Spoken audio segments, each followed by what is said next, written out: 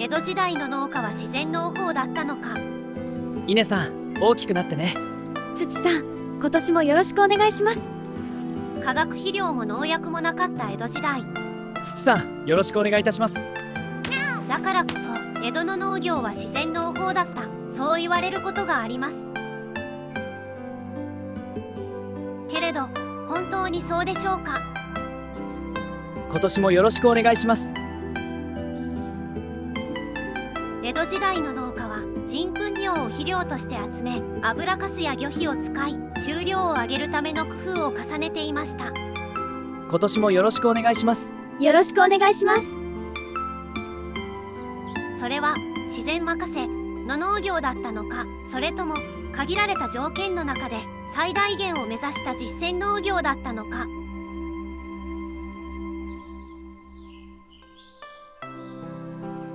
さらに当時の農家は田植えの前に祈り、収穫の後に感謝の祭りを言っていました。稲さん、今年もこんなに大きくなってくれてありがとうね。稲さん、ありがとうございます。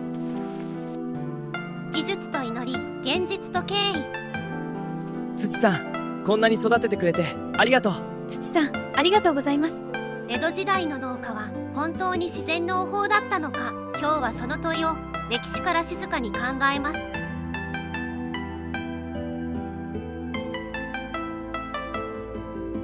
第1章、江戸農業は自然農法だったのか。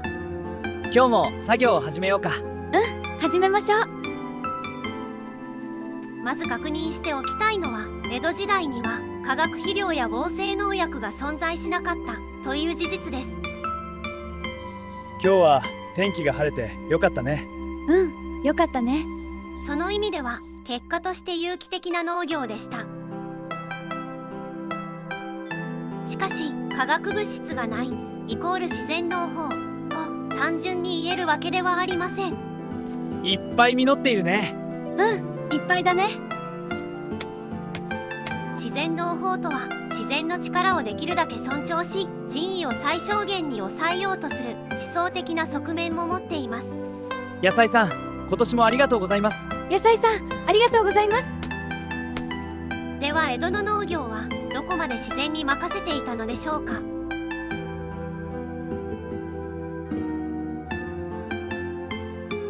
第2章、江戸農家の施肥と技術。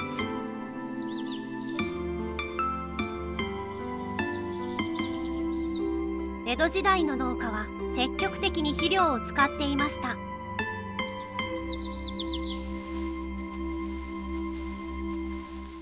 人糞尿を再利用した下肥、油かす、魚皮、そして山から集めた刈り敷や落ち葉。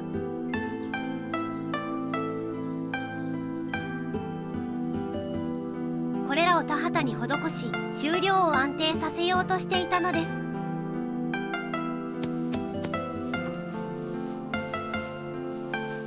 それは自然任せの農業というより、限られた条件の中で最大限の成果を出そうとする実践的な営みでした。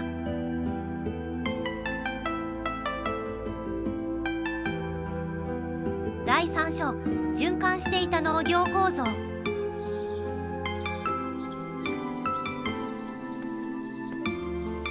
一方で江戸時代の農業には地域内で資源を循環させる仕組みがありました。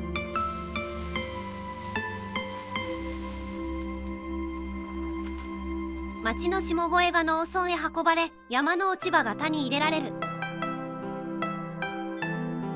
外部から大量の化学資材を持ち込むのではなく、地域の中で回していく。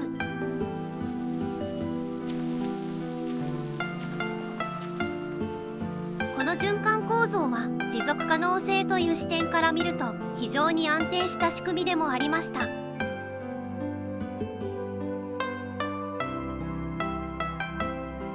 第4章、祈りと祭りに見る自然観。今年もたくさん実ってくださいね。たくさん実ってくださいね。江戸時代の農業は技術だけで成り立っていたわけではありません。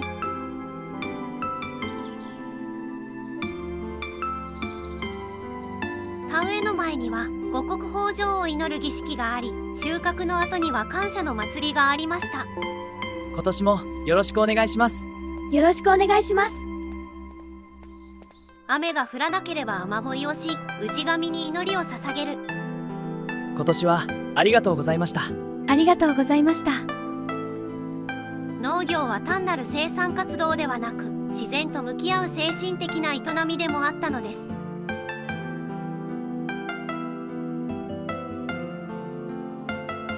第5章、自然を支配していたのか。雨がひどいね。いつまで続きのかしら。どれだけ工夫を重ねても天候までは支配できません。大変だ。大変。干ばつや長雨、台風や冷害。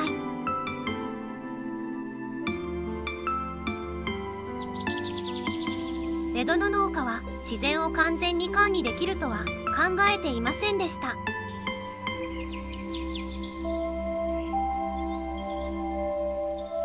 だからこそ技術と同時に祈りがあったのです。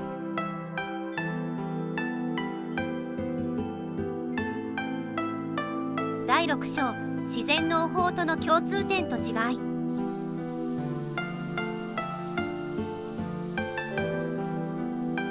現代の自然農法は無肥料や不耕起を重視する場合もあります。今日もいっぱい実っているね。ほんといっぱいだね。それに比べると江戸農業は決して無肥料ではありませんでした。これ今夜の味噌汁に使おうね。そうだね。美味しい味噌汁にしようね。収量を確保するための明確な意思がありました。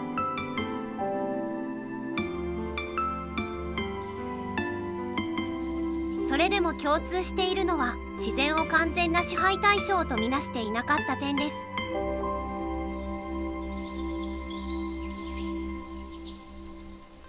人は自然の中で生きている、その感覚は両者に通じるものがあります。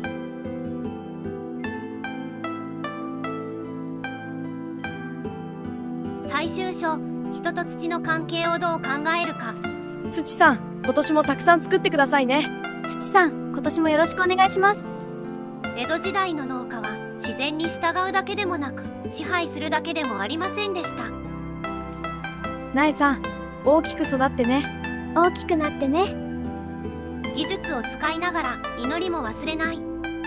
土さん、今年もたくさん作ってくださいね。今年もよろしくお願いします。